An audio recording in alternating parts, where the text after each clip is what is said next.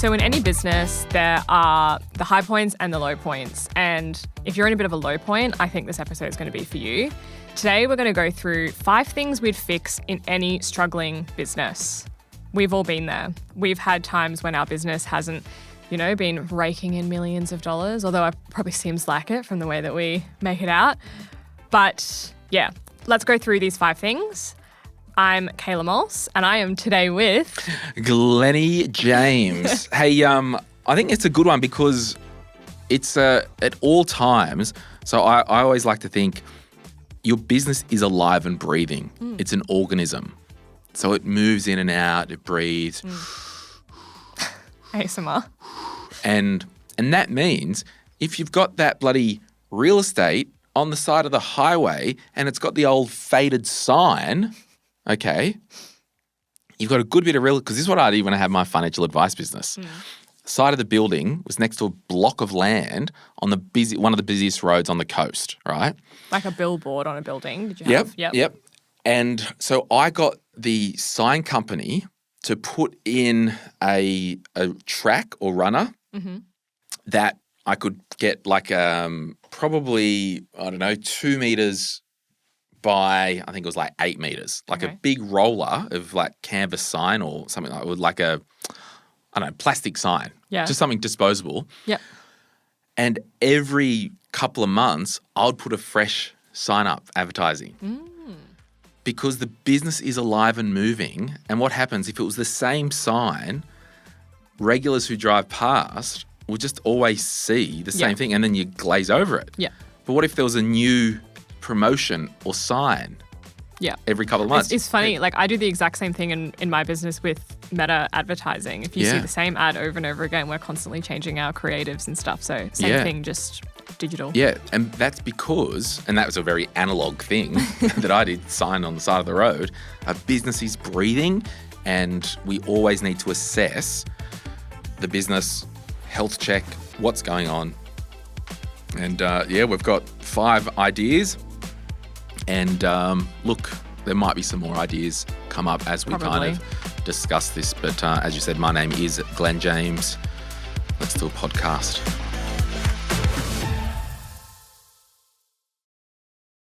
Okay, first thing.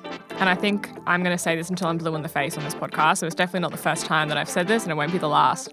If your business is struggling, the first thing I want you to look at is knowing where your customers are coming from. So if you don't know where your next order, where your next client is coming from, that is the first thing I want you to focus on. So if you get a ton of clients through social media, is that your main channel? Or is it advertising? Or is it referrals? Know what channel you're getting your customers from.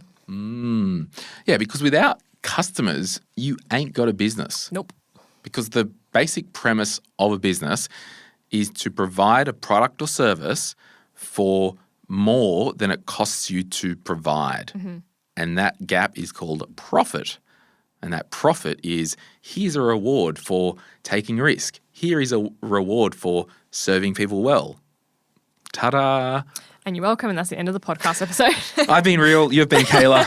And that's how you run a business. Yeah. So I think what I actually, and maybe it could go into your second point, but I'll say it here.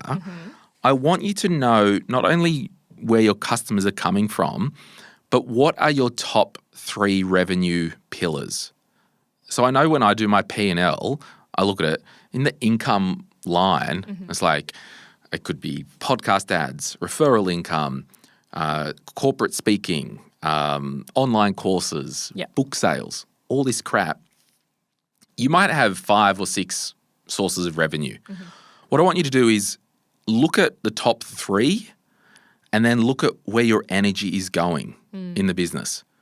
Because if 80% of your energy is going to the bottom 20% of revenue sources, we got a problem. Spending way too much time, making not enough money. So I want you to focus on, if you are that cafe. I was actually talking to a Glee Coffee. Have you met Chris? No.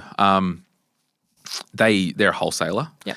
And they coach cafes and whatnot. Cool. We were talking the other day because he went to a cafe and they actually hadn't put their prices up in so long. And, they had to increase the price of green beans and the wholesale cost. And Chris was great. He's like, look, we've got to increase the wholesale cost.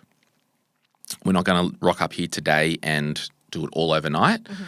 Let's do it over the next 7 months, or I'm paraphrasing, making up a thing. And he says, look, I think your prices of coffee are well below the market, so we can actually work with you, increase the cost of the coffee. Oh, so he's going out to coffee his own wholesale accounts. Clients. Yeah, yes, so they gotcha. provide beans. Yep.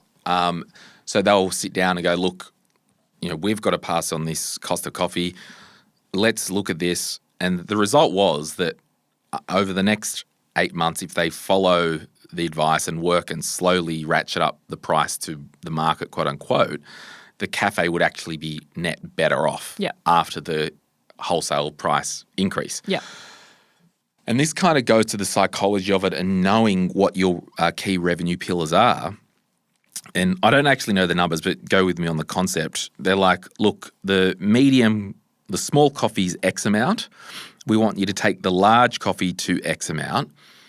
And I think they were like, oh, that's a lot of money or whatever. And then they kind of worked it out. Well, based on the price that you're charging for the small, the big one you sell more of, pretty much at the moment you're losing money on the big one, and that's your most popular.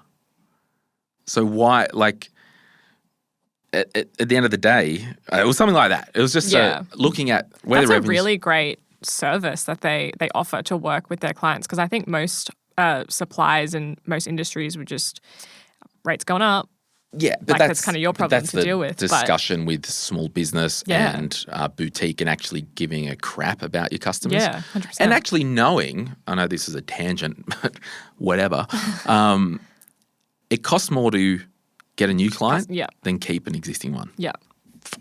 Yeah, that's actually a good point, because that jumps to the next one with exactly that. If your business is struggling, it's really important to focus on retention, because your current customers matter now more than ever, and it is more expensive to acquire new customers. So how are you keeping those customers engaged, loyal? Are you, saying in our business with clients, just giving them a call, touching base? All these soft benefits. Yeah, customer service, hospitality, one could say. Super underrated. So that's something I would definitely focus on if my business was struggling. Yeah. And then I think, would you turn that up to 11 and say, I've looked at my revenue pillars. These 2 line items are where I get 80% of the revenue from. I'm going to put energy into those 2 line items. Those current customers, I'm going to pay them some attention. Yep. I'm going to review their goods and services. You may even take the view that, okay, so if we've got these customers down here and they just cause us pain, it's annoying, well, let's increase the price for all the bottom 20% or wherever the non-core things are, so if we can bring these customers up to the core revenue pillar. Yep. If they don't want to pay extra and become part of that offering, well, no sweat off my sack, because Jeez. whatever, because I'm basically losing money from serving those customers. I'm losing money, they're annoying, they're stressful. Increase the price, they dance to the new hymn sheet, or they go away. Yeah. And I think it depends on, struggling business is a spectrum. Are we struggling like we can't pay our rent for the office this week, or are we struggling like where we aren't able to scale? So having, again, knowing where your customers are coming from and getting those customers in on an ideal profitable package, and having a plan for those, customers, the last 20% that we don't love, to either bring them up to that package or pass them on, let them move on. Another point you make here, it is financial, kind of back calculating, how much do you need to open the door? Yeah. How much do you need to live? And in the money world, we kind of call that a bottom-up budget. So we look at all the expenses. It could be rent, it could be staffing, it could be insurance, it could be basic, sundries or whatever. It's like, we need X amount a year to live.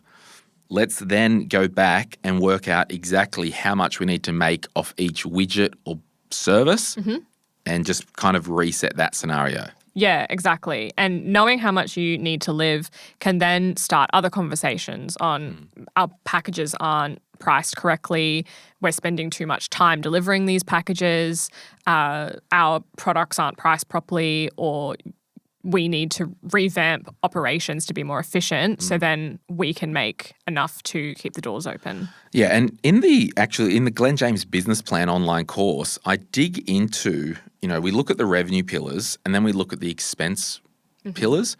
Now, what if a lot of your revenue is coming online, but a lot of your expenses was some physical rent at a shop front that you actually didn't need? Yeah. There's a misalignment there. Yeah. So that's one thing you can do. We'll take a break, and when we get back, we will leave you with a couple of other things to think about if you think the business might be struggling a little bit. We'll be back right after this. If you're after personal financial advice, don't get it from a podcast. But if you want guidance tailored to your situation, head to moneypodcast.com.au and click Get Help. We'll connect you with one of our trusted professionals, financial advisors and mortgage brokers, who work with people right across Australia. No matter where you are, they can help. Now, before we get back to the show, a quick reminder to protect your financial life. That means having income protection sorted. It means having death cover if there's any debt or dependents relying on you. It means getting your personal insurance in order. Most people insure their car, they insure their house, but what about themselves? Sky Wealth, who support this podcast, are specialist financial advisors who can help you get the right cover in place. Their advice is often more comprehensive and better value than going direct through your super. Book a complimentary 15-minute chat at sky.com.au. That's skye.com.au. And they'll point you in the right direction.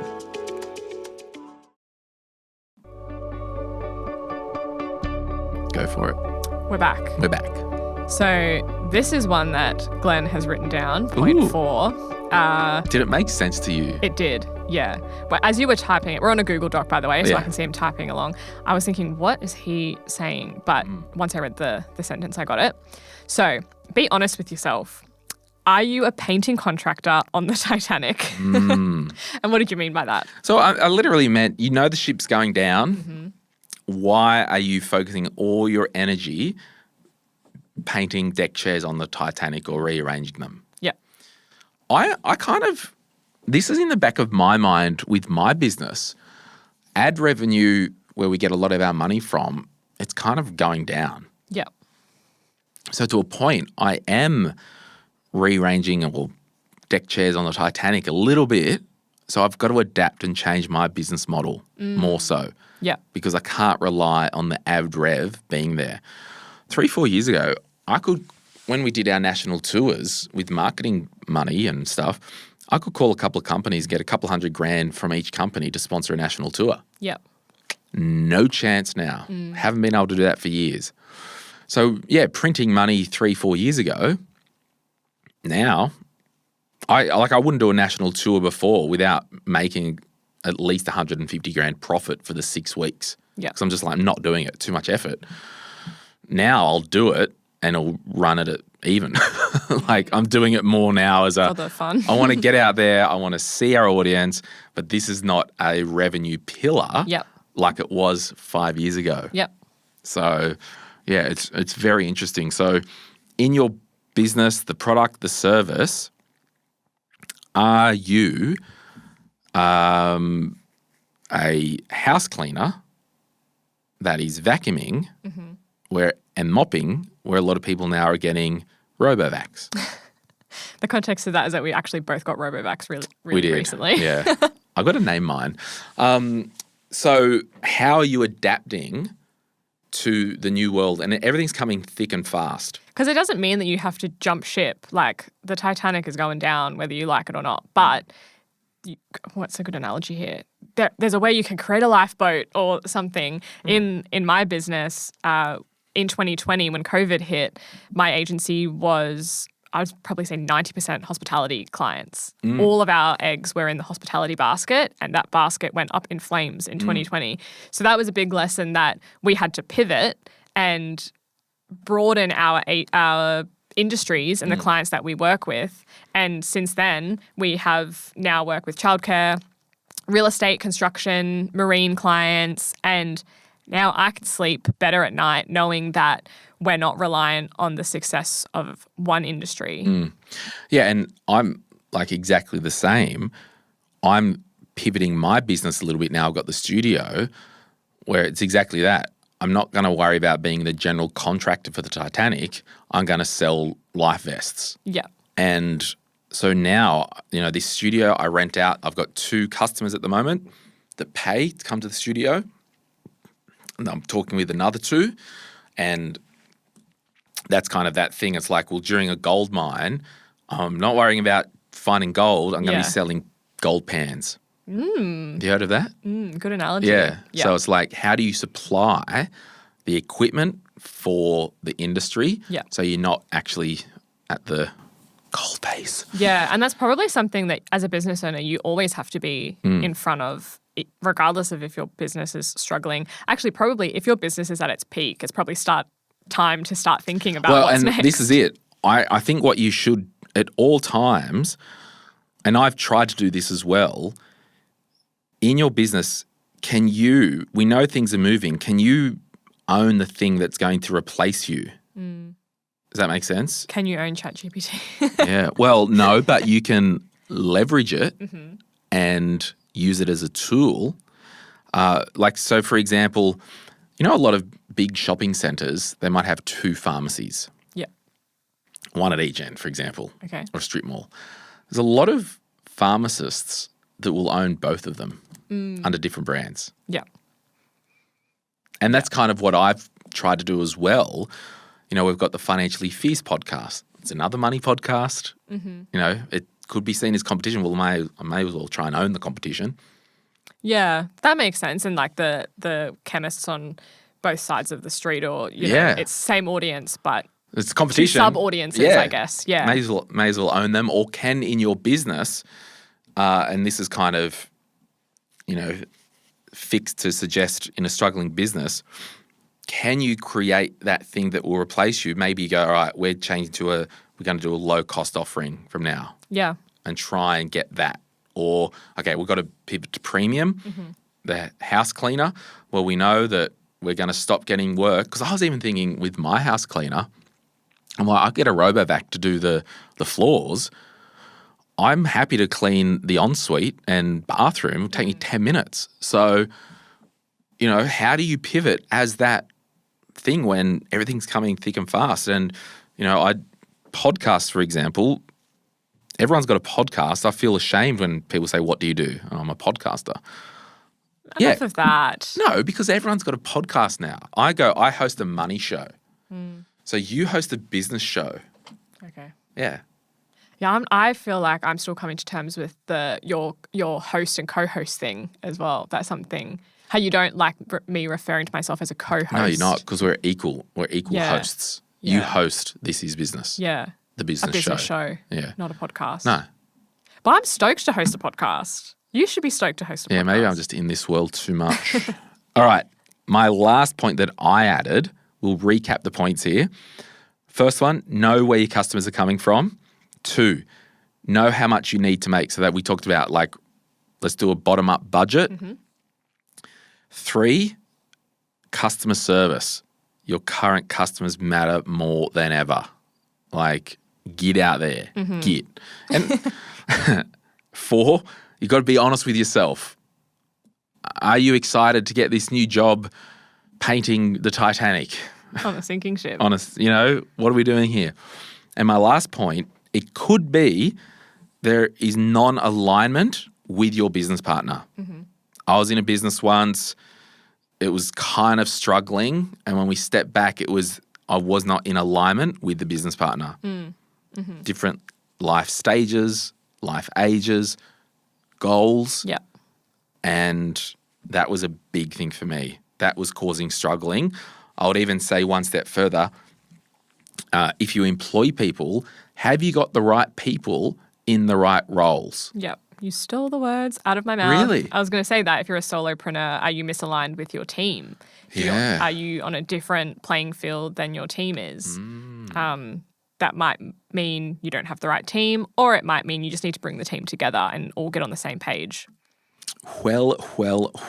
We will leave it there. Hopefully you've been encouraged to kind of, I don't know, stick some jumper wires onto your business and crank that battery right up. What's and give the it CPR thing? The staying alive? Yeah, the thing. No, the pads. Yeah, the electric things, revival things. Yeah, whatever they are. Stick those on your business and stick that. plug Well, it in. I was doing the jumper leads right onto my pointy things and firing it up and getting some zap into me, getting some get up and get go. And there could be a thing as well. Like if you're in your business and you think it's struggling, you might have not been in the headspace for a long time. You know, get up, get cracking, get inspired, get encouraged, do something radical and go and get it, because no one ever said business was easy. If they did, it might have been easy that day they got paid heaps, but it's just, it really is a grind and a hustle, and you need to be in the right headspace to pluck that chicken. Yeah. Listen to more of these podcast episodes. That's the focus for this podcast, is to help small business owners who are in the trenches, just like us. Well, we are in the trenches. We really are.